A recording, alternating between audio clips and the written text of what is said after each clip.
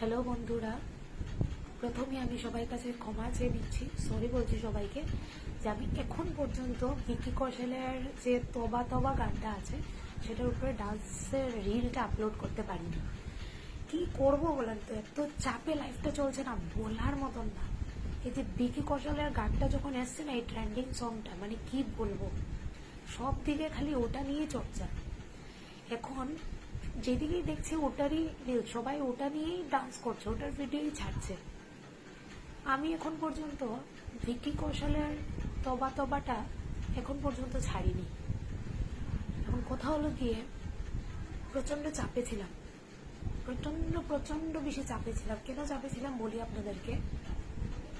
ফট করে তো একটা ডান্স আপলোড করা যায় না, একটা রিল আপলোড করা যায় না, এত বেশি প্রেশার থাকে, তার মধ্যে এত কঠিন কঠিন স্টেপ, সেগুলো মাথায় রেখে ডান্স করা নট এ ইজি ওয়ার্ক। বাপরে বাপ, কি বলবো।